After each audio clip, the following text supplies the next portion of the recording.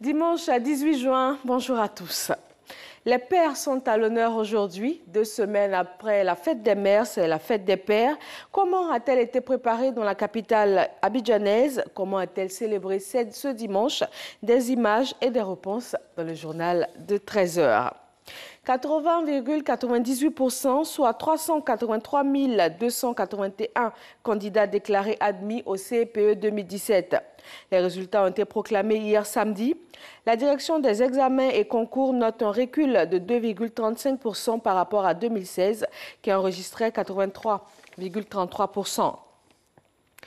Planting d'arbres dans le village de Yadio, sous-préfecture d'Akoupé, une opération qui s'inscrit dans une action plus large au plan régional qui porte sur des milliers d'hectares à reboiser. Franck Wadio. Yadio, village de la sous-préfecture d'Akoupé. L'ONG Gaïa œuvre pour la sauvegarde de l'environnement. Illustration, une cérémonie de planting d'arbres en présence des autorités administratives et coutumières. L'ONG Gaïa, représentée sur l'ensemble du territoire ivoirien, a procédé jusqu'à ce jour à plus de 3500 hectares de reboisement.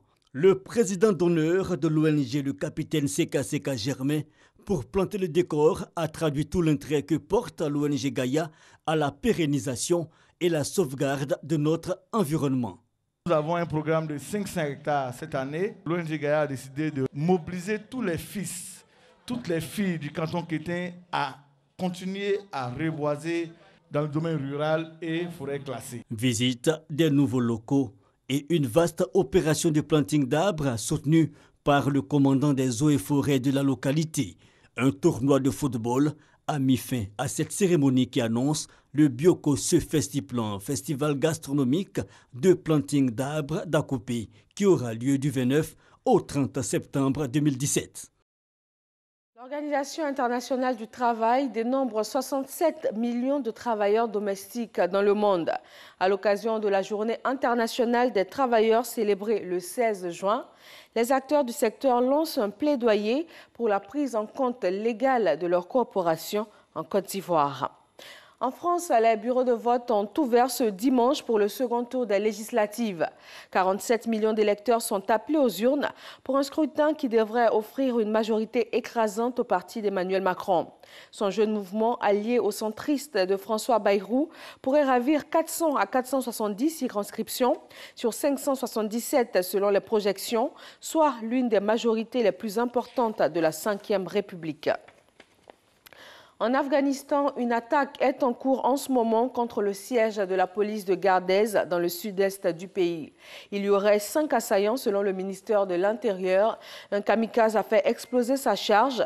3 assaillants ont été tués et un dernier est toujours actif. Le bilan officiel est de 2 policiers tués et 9 autres blessés. Un violent feu de forêt a fait au moins 43 morts et une cinquantaine de blessés hier samedi dans la région de Leira au Portugal.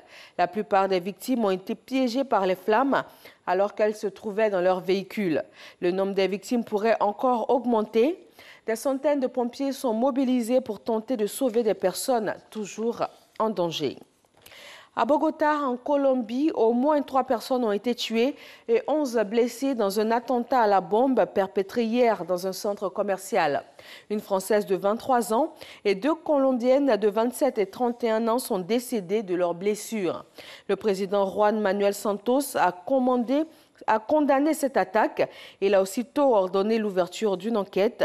Aucune revendication n'a pour l'instant été enregistrée. Merci de rester avec nous sur RTI 1 dans le magazine de ce dimanche.